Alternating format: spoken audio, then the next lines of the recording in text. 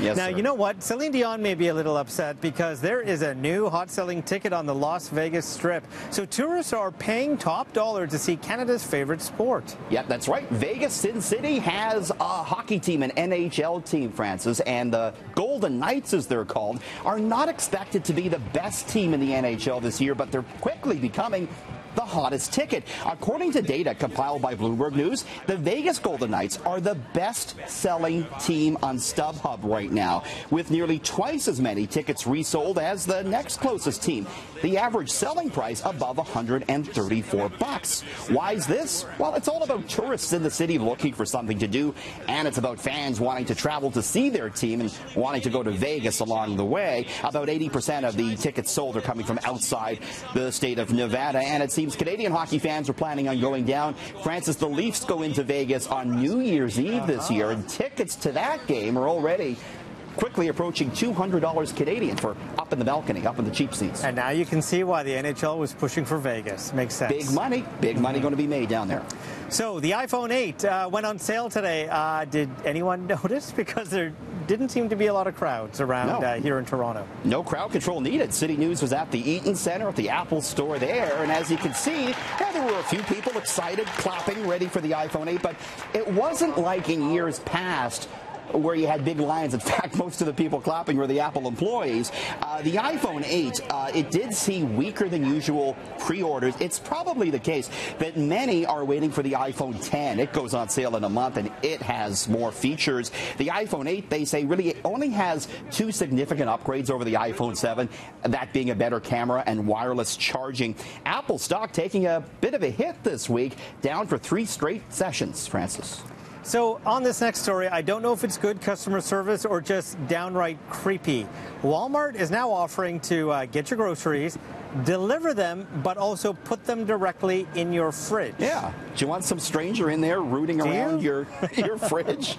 Well, if I don't have to put it away, you know, maybe that's a selling point. So, yeah, Walmart's testing this service out in California right now, where you order your groceries online, and then the guy shows up to your door. There's a special lock on your door, and he has a code, a one-time use code, so he punches it in, comes into your house, puts everything away for you, stocks up your pantry and your fridge.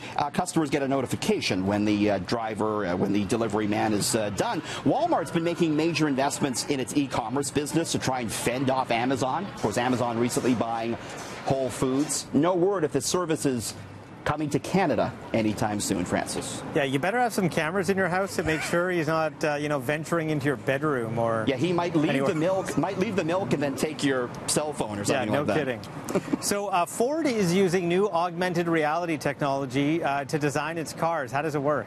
Well, I want to show it to you. It's pretty cool. So Microsoft has what they call the HoloLens. It's this pair of goggles, and it overlays virtual things over what you're actually looking at. And so Ford is using HoloLens to let its designers quickly model out changes to its cars and trucks and SUVs. It allows the designers to see the changes on top of an existing vehicle instead of the traditional way they did this, which was with a clay model. So it's a lot quicker.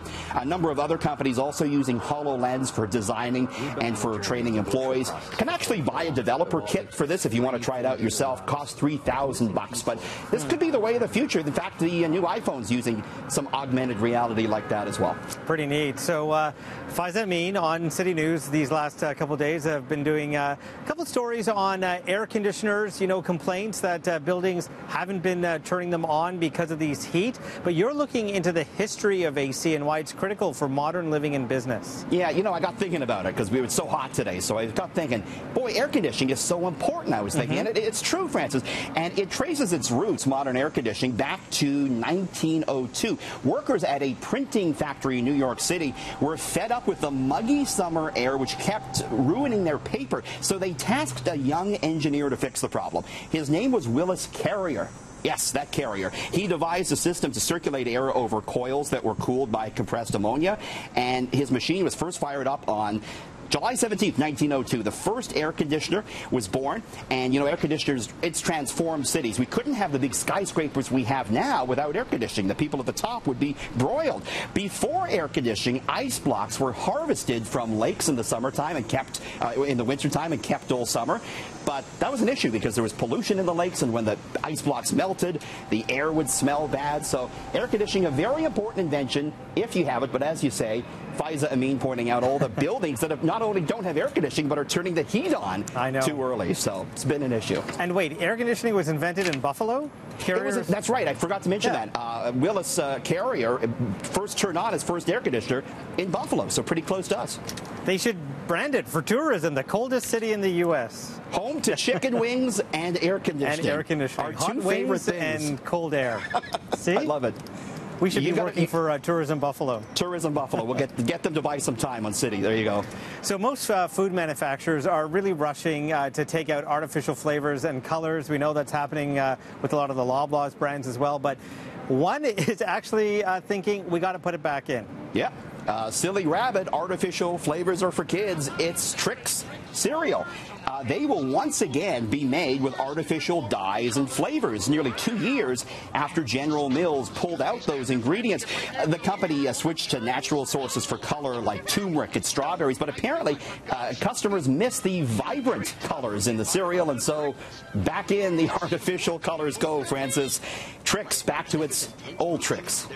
Back to being unhealthy and red dye instead of beet juice, I guess. Yummy, yummy. Okay, so this weekend, where are the gas prices moving? Going down a penny at midnight tonight, and that'll bring the average in Toronto down to about $1.11.9. You keep cool and have a good weekend. Not bad. You too, Richard. Take care. Thanks.